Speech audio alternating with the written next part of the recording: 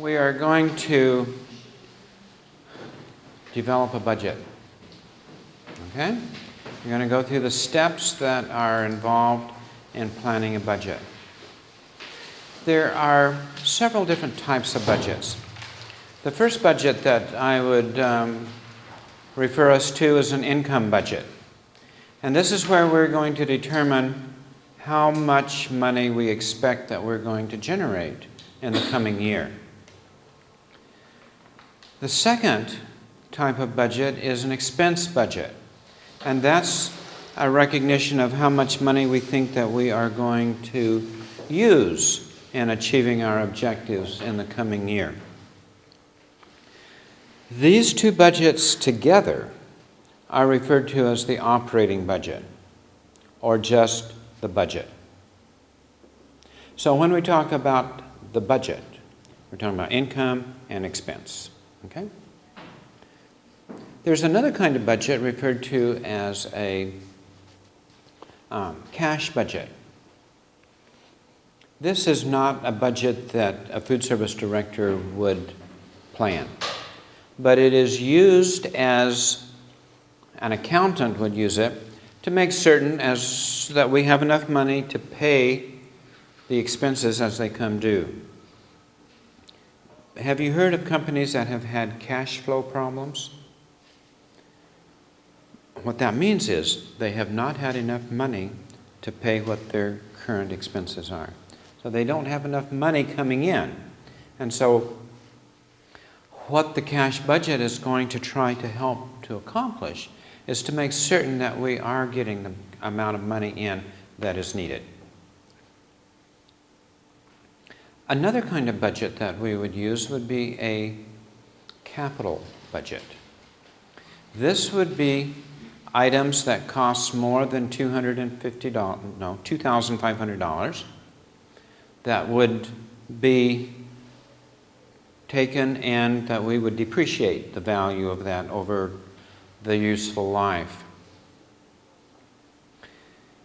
So that's the capital budget. That's typically large pieces of equipment or large purchases that are going to be made.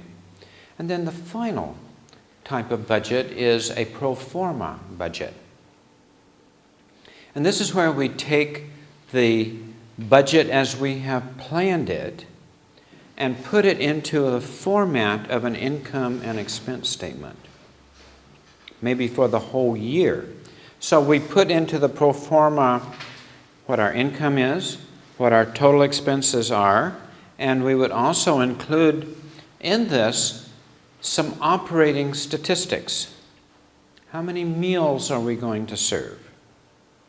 How many patient days are we going to experience? Some of those operating factors that we've kind of talked about throughout the weeks. And so we could then calculate what is our productivity for this new budget. We forecasted the number of meals that we're going to serve. And so we could calculate cost per meal. We could calculate meals per labor hour as a productivity ratio. We can operating statement ratio of cost per meal, labor cost per meal, food cost per meal. All of those are going to be then become standards that we can use. So if we know what our total cost per meal should be, we can calculate our cost per meal for each month during the year and see if we are above or below. We would want to do that because sometimes the number of meals that we have forecasted may be actually higher than what we had expected. And so our labor cost is going to be high, our food cost is going to be high. So in just looking at our income and expense statement, we say, we are well over budget. But when we look at total cost per meal, or labor cost per meal, or food cost per meal, they're right on in terms of what we had planned for those operating statistics. So it's a way to tell whether or not we are really overspending or underspending on our budget. So we can't always just look at the total amount that we have spent and compare it to what we thought we would spend. We also need to look at it in terms of what is our cost per meal or per unit of service, whatever we're looking at.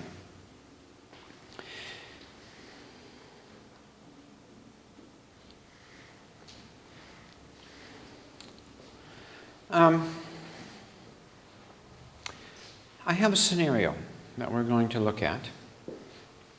And this is a budget exercise for our spring quarter. And by chance, today is March 1, 2015. 3 years from today.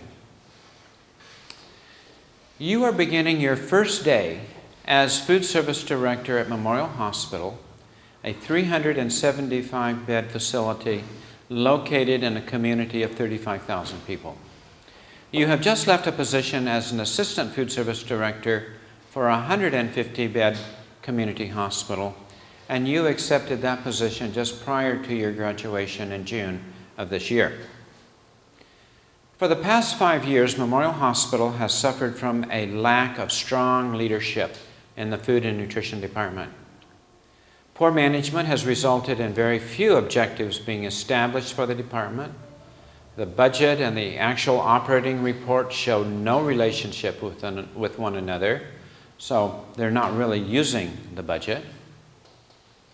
Performance of the department in the Joint Commission survey, a standard setting organization that comes to evaluate. The morale of the department staff is very low.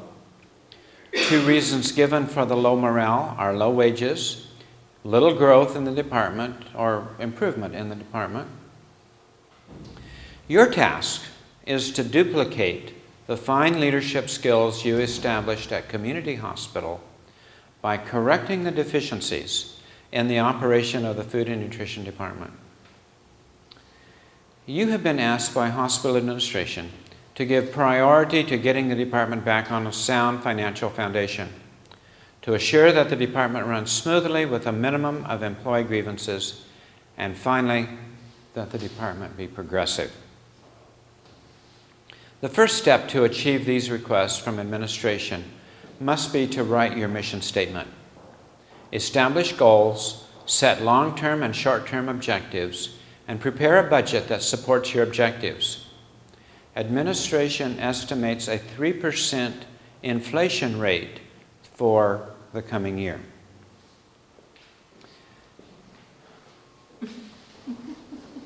Was I keeping you out? I'm sorry. Oh. All right, so that is the scenario. The first thing that we need to do is to write a mission statement. Where do you begin by writing a mission statement? Have you ever written a mission statement? It is a sentence or two that clearly communicates what you do in your department.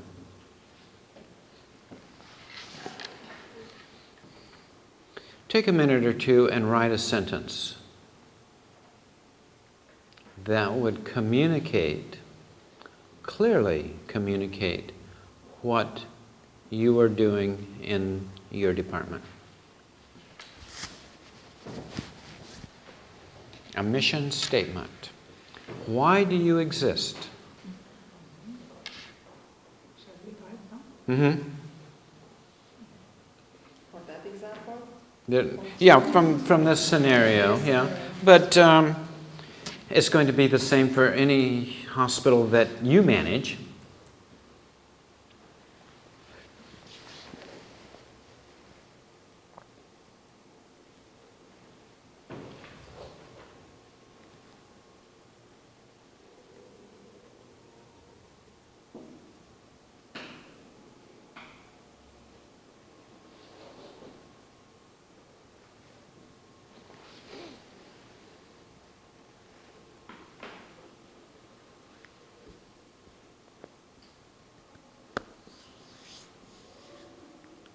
How are you coming? Still thinking? Still doing?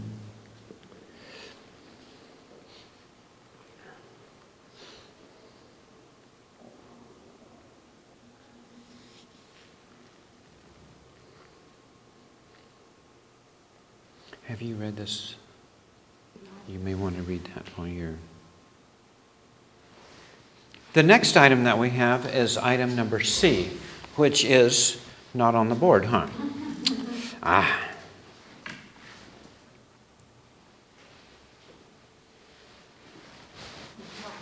Here we go. Yeah. So item C is our food expenses. We talked about this when we talked about purchasing, procurement, last week. But we're going to look at this from the point of view of a full year. And I have made a mistake here. This is the beginning inventory, July 1, year 2013. Not 2014, but 2013. And so our beginning inventory at the very beginning of the year was $49,780. During the year of July 1, 2013 through June 30, 2014, we've purchased $1,027,000 worth of food. And then on June 30 of 2014, we had on hand $27,056. So the cost of food used is the beginning inventory plus what we have purchased. So that is the total of all of the food that we had available for use during that entire fiscal year. And then the ending inventory is saying what food was not used, and so we subtract that out. So our usage of food for the year 2013-2014 is going to be the sum of beginning inventory plus purchases less the ending inventory. So what is going to be the total amount? So you've got to use your calculator, you use the computer, Excel if you want to do that project or to do that mathematical calculation. So it's going to be somewhere around $1,048,000. So that's where we're going to get information about our food. But remember, this is food that we used last full year. So what we need to know then is how much is food going to increase for the coming year? Where's your crystal ball? How do you know what food is going to increase? You've got to make an estimate. There may be industry reports that come out that are forecasting what the rate of food prices are going to be in the next year. One of the reasons that I suggested when we were talking about procurement and you had this mess in the storeroom, you didn't know where anything was, and the first thing that we did was to organize it and put like things together. Well, what happens in reality is that these forecasts of food increases is not across the board, across the menu, but it's by food group. Meat is going to increase this next year by 5%. Vegetables are going to increase by 4%. Grains are going to increase by 2%.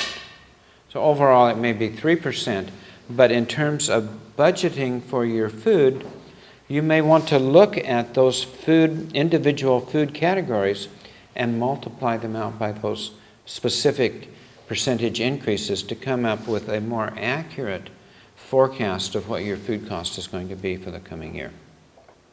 Okay?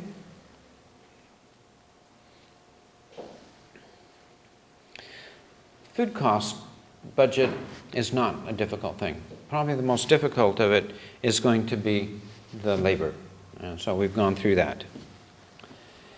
The next area that we're going to look at is health care insurance. Health care insurance is provided as a benefit to all employees. The cost of the insurance to the department is $550 per month per employee who works 40 hours or more per pay period. So what we need to do is to go back to our labor budget, look at the number of people who are working 40 hours or more, calculate that total number, and multiply it by the $550. That is our budget for health care insurance.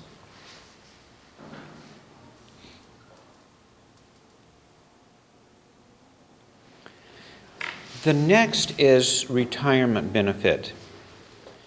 Many employers in the U.S. pay two retirement benefits. They pay a retirement benefit that goes into an account for each employee. I think that we talked about that the other day, and we talked about it in terms of a defined benefit program where a specific amount of money, a percentage of your income, goes into a retirement account for you. In addition, there is Social Security, which is a defined benefit program. And the defined benefit is that depending upon the amount of money that you earn during your life span, your work span, you get a percentage of that. And so each month, contributions are made to the Social Security plan. For every dollar that I earn, 6.2 cents goes to Social Security. So 6.2% of my income goes to Social Security.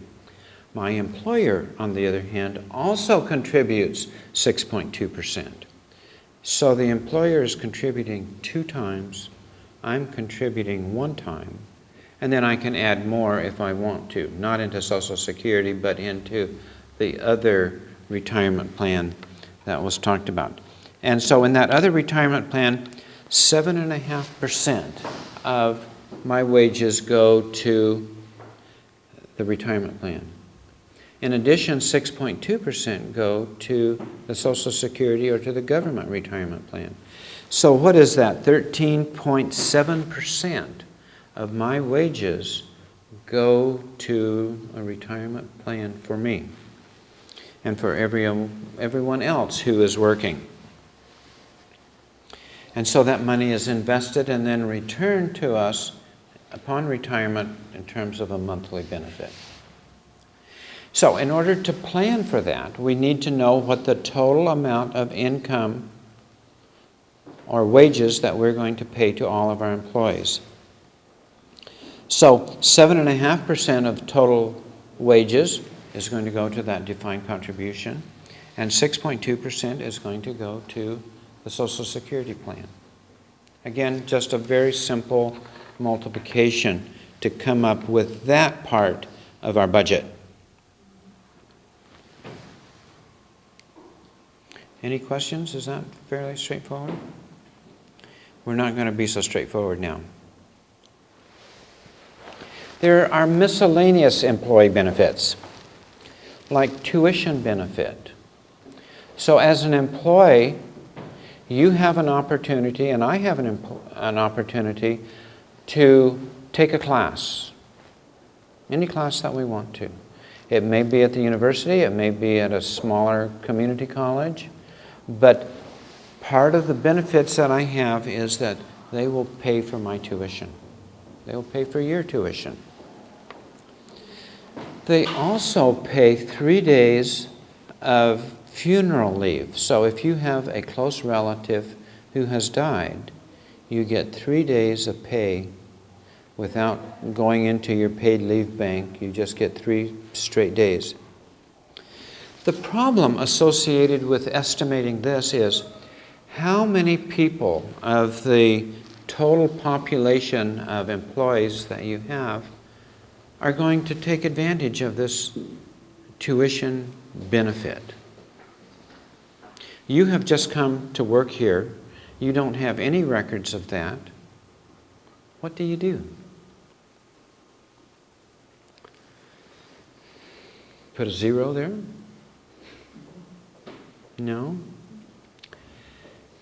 What I would suggest that we do is to make an estimate. Just pull a number out of the air. It's going to be a whole lot better than 0. And you might ask around, how long has it been since you've taken advantage of the employee tuition benefit? Has it been 10 years or last year or last month?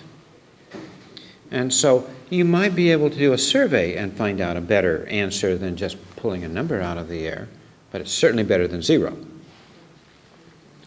Then you need to find out what the tuition cost is going to be. And what I would do is to use the most expensive tuition cost and multiply that times the number of people that would take the class. And that I'm going to overestimate what my budget is going to be, but I probably am going to be fairly close. I'm not going to go use more than what I'm authorized to use. But in terms of the funeral leave, how are you going to estimate that? I don't know. I really don't know. I don't know as a teacher.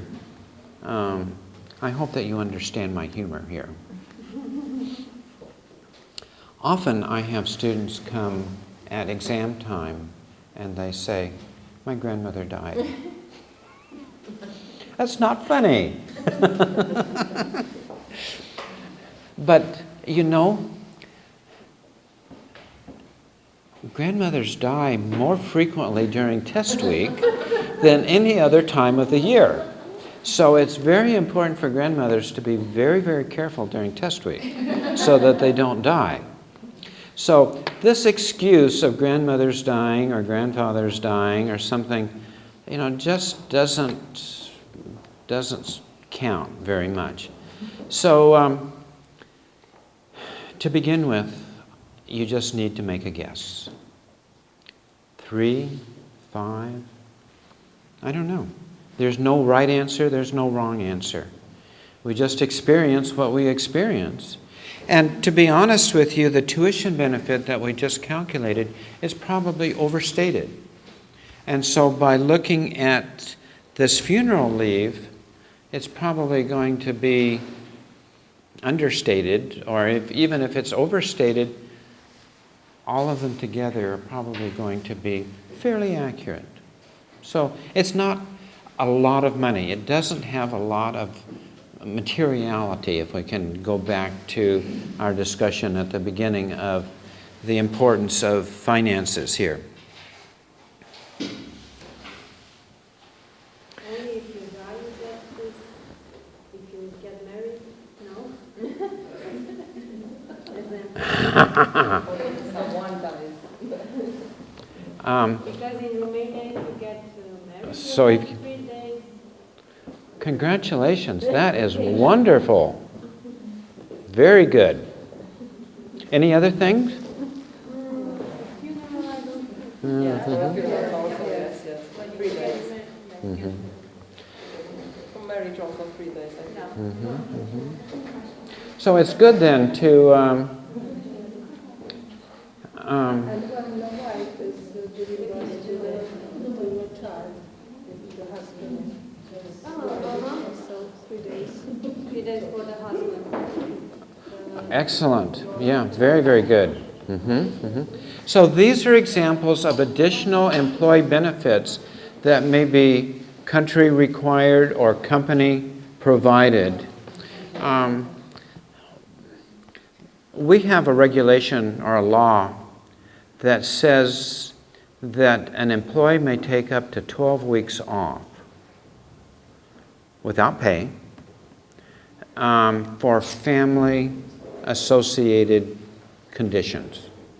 So if So if your grandmother is sick, you can take time off to help.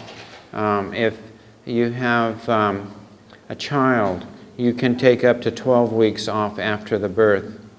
And your job is guaranteed, that you will not lose your job. It may not be the same position, but you'll still have a job, but you'll not get paid either. We have also this. That's very, very good. I'm pleased to hear that. After child bearing, only a woman can stay at home only 3 months, and then she has to come back to work. That is in addition to regular pregnancy leave.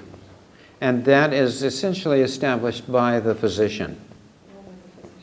So if there are complications... 3 months, usually? Yeah, something like that. No, 6 weeks. 6 weeks is normal, yeah. And then you can take up...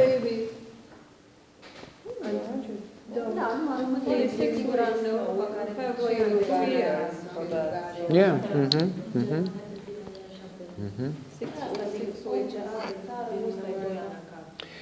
But these are some of the issues that you're going to face as a manager. How you're going to staff in view of all of these people taking time off as a result of national legislation.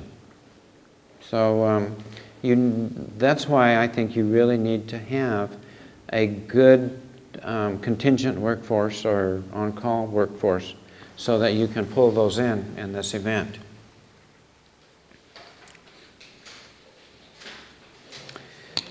Number G.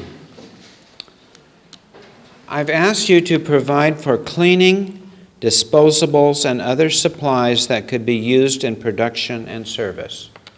Period. No information at all. And you've got a budget for that. How are you going to do that? What resources are available to you to help you to budget for that, these supplies?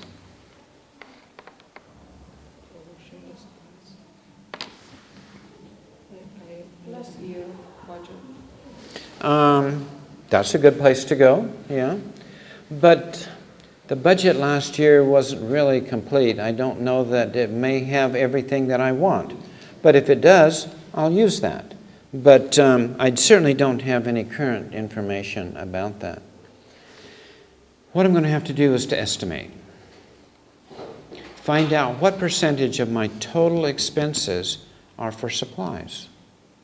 And one of the ways in which you can find that out and do a closer estimate is to work with individuals in the Dietetic Association that are your peers in other hospitals and ask, what percentage of your expenses is associated with supplies? And so you could take the average of that percentage and apply it in this situation. So there's more than one way to come up with these numbers. Minor equipment is number H. And is it gone?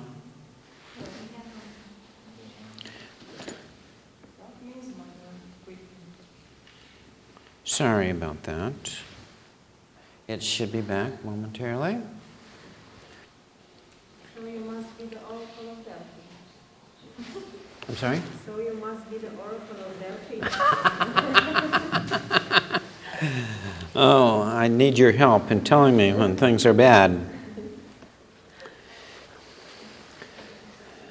I'm going to stop here for just a moment and give you some information. The kinds of approaches that we have taken to estimating what our expenses are have been, the first one was, in terms of labor, was zero-based budget. So we've started from the very basic information in terms of hours worked and wages paid per hour. And so we look at that for every individual. We have also looked at a way in which we can take what was paid last year and increase it by a certain percentage. That's an incremental approach to budgeting. We increment it by that percentage. The third method that we have just used is no data at all. And so as a result of that, you've just got to do an estimate. You've got to be that Oracle of Delphi to come up with the information. But you know, you're absolutely right. That's essentially what's happening there, is you're asking other experts as to what expenses you should be planning for. Letter I. This is a fun one.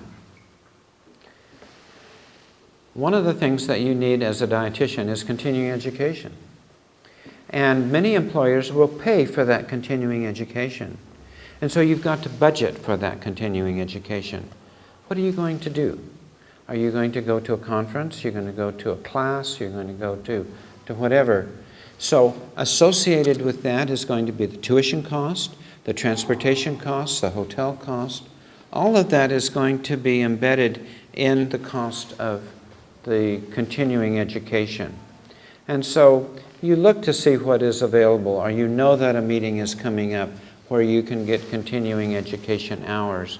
And so you budget for that in terms of transportation, per diem cost, hotel cost, and registration cost.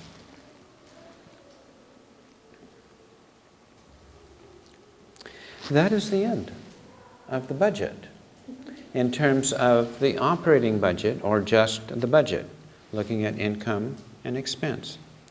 The format of the budget is going to be exactly the same as the format of your income and expense statement. There's no right or wrong way to do that, but typically income comes first, and then comes expenses, and you list the expenses in any order. It may be a random order, but it must be consistent. I tend to like to see my expenses in terms of the ones that tend to be the highest first, and then the smaller ones going to the bottom. So typically it's going to be labor first, and then food, and then whatever else comes after that. So those are the items that are going to be in my income and expense budget. So when I do that income and expense budget, I'm going to replace the numbers that I would see there in terms of a month, and I would look at it in terms of my entire food service budget, putting in my total income, putting in my total labor cost, my food cost, all of the other costs that we've been talking about. And as a result of that, we can then calculate what our ratio is for food cost per meal, labor cost per meal, total cost per meal. All of those then are going to fall out, and we can use them as we were talking about before. So the pro forma income and expense statement is a very simple approach, because we're just going to use the same format that we have for income and expense. And the income and expense format is exactly the same as the budget. So they all are going to be in exactly the same format, just each having a different title, each representing a different approach to the overall budget and evaluation of that budget. Now, there's one more budget we've got to look at, and this is the capital budget. Capital refers to equipment that is more expensive, equipment that we are going to depreciate on an annual basis throughout its useful life. So there are 7 things that we need to include in our capital budget. The first is the year in which we want to purchase it. And so this is 2015, so we need to go to our objectives and see if there's anything there that we need as far as equipment is concerned.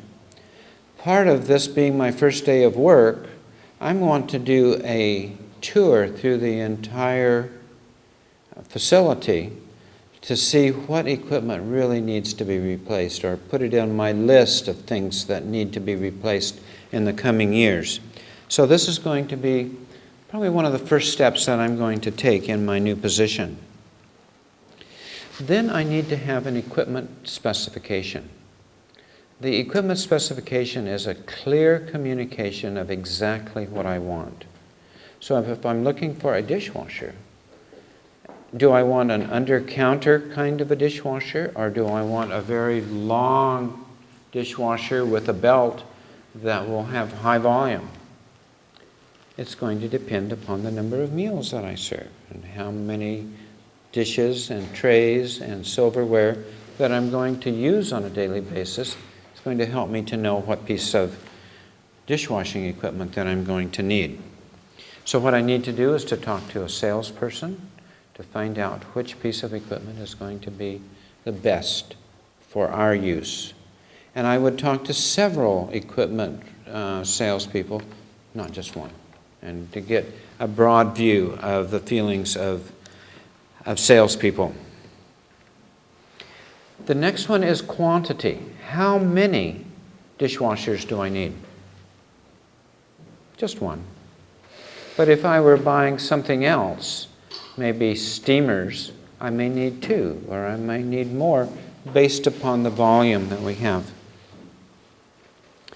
How much does each one of these pieces of equipment cost?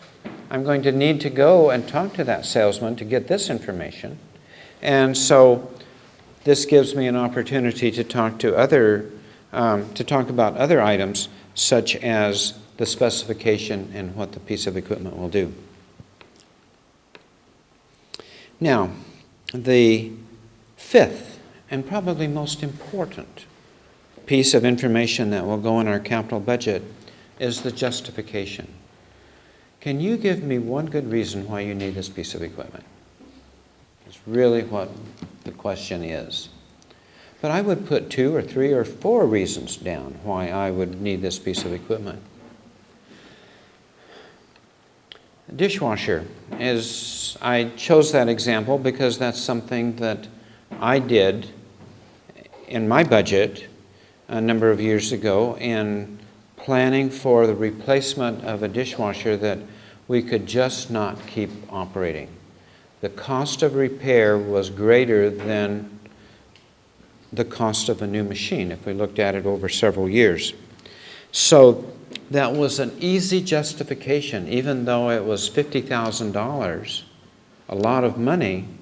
It was an easy justification because in the long run, we're going to save money rather than continuing having to put out repair for the machine. Is the piece of equipment going to increase the quality of food? Is it going to increase our capacity? Is it going to increase our ability to meet the needs of our customers? All of those are going to be justification for the purchase of a piece of equipment. Then the last 2 questions that are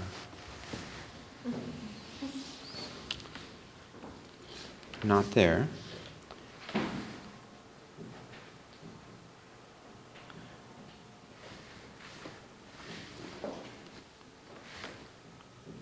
Anyway, the last 2 questions is this piece of equipment new technology?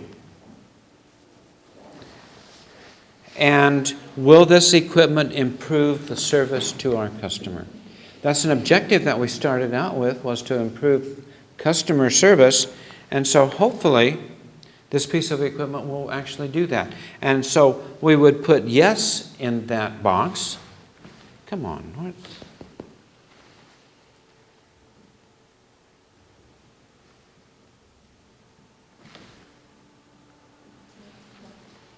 Anyway, we've got a box there. And we would indicate yes. And we would then give another justification as to why we needed that piece of equipment. That was question number 6. Question number 7, and the last one is this going to be able to provide a new service for our customer? Again, customer satisfaction. And will it improve our service to our customer? Was it going to provide a new service, and is it going to improve what we've had here before? The capital budget is planned for 3 years. So we have the 2015-2016 year, 2016-2017, 2017-2018 years. So 3 years. So we've got to have not only a dishwasher, but we've got to be able to plan ahead so that 3 years from now we are really forecasting now as to the pieces of equipment that we will need. If during these 3 years, like I said, in the second year our new dishwasher is broken or is not working anymore, but that would mean then that we would justify the purchase of a new machine, even though it was just purchased. We may have to reallocate some of the equipment that we had from priority from before. But It must have guarantees for 2 years at least. I would hope so. I would definitely hope so. It's changing.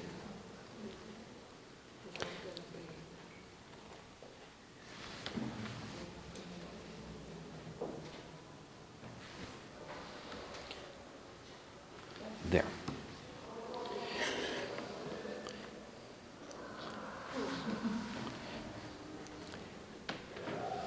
I think I need a new iPad, yes? What is it? Next week the new iPads are coming out. Or the cable is broken. Yeah, it's not working very well. I've been playing with it, and so I think my playing with it has caused problems. it is playing with you. We have spent almost 2 hours in doing this budget. Is that a reasonable amount of time to spend on a budget?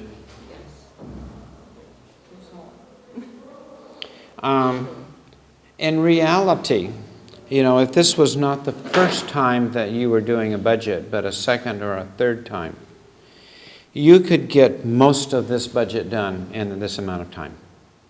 It's not a lot of effort and a lot of work, particularly if you have good operating statistics available to you.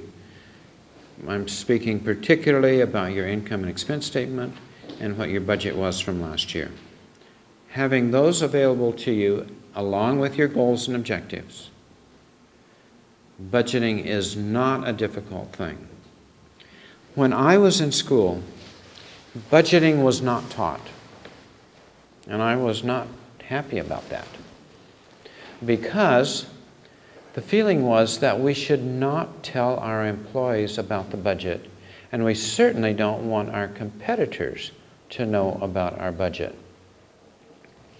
My feeling is that everyone within the organization needs to know the budget, because each of them has an obligation to control cost.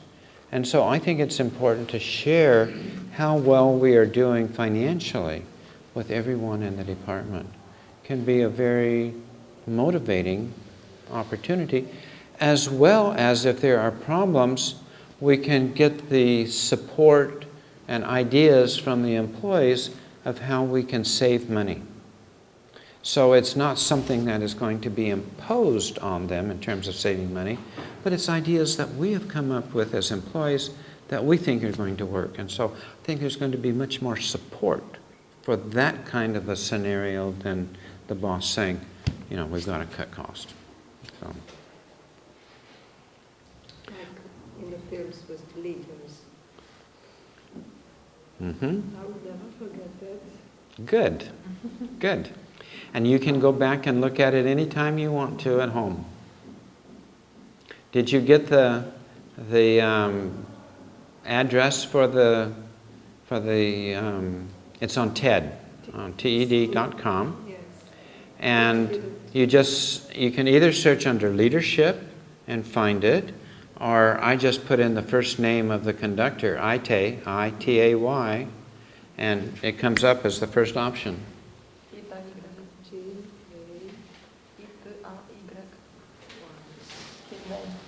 Mm-hmm.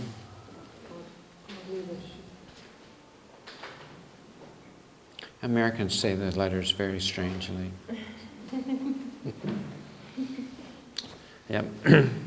Well, are there any questions about budget? Not yet. Not yet. You have my card. So you will, in almost every case of individuals in this room, be involved at some time in your life in planning a budget. And what I have done here is exactly the way that we have done budget in our food and nutrition services at the medical center for years and years and years. Your method may be a little bit different, but I don't think it's going to be that much different. But the same approaches would be taken, the same kinds of budgets would be prepared, and I think that you are prepared to plan appropriate budgets for your operation. Okay? In the United States, teach the budget, about budget in the schools, in the Yes. primary schools too? In primary schools, Or not in primary, in the middle school? um, Not at the universities, more so in the high school. or in high school? Because I was thinking that our children could be also benefit of such Oh, yes, knowledge yes. before getting out of. And as a parent, we can teach them in terms of giving them money every month or so and teach them how to use money, how to plan to save money so that you can buy something that you definitely want. So, but in the high school, there is a section of a class that talks about what is the cost associated with running a household. Buying a house, renting, what is the cost of food, what's the cost of clothing, the whole thing. What's the cost of having a child? And part of that then is that they have a baby, a doll, that they take with them, and they have to care for that for quite a number of days so that they really have a sense of what it's like to be a parent. I had today a patient, a couple. The wife has 17 years, is 17 years old. The husband, 28 years old. And she was pregnant. 6.5 months. And they live with their parents and the little sisters and brothers of the husband. And 2 rooms, 6. Oh dear, yes. That sounds like our family when we went to visit my father-in-law when he was in the hospital. There may have been 40 or 50 people around, standing in the hallway in other rooms. I can relate to what you say. Tomorrow we will finish. And we're going to talk about marketing. And we're going to talk about particularly marketing yourself.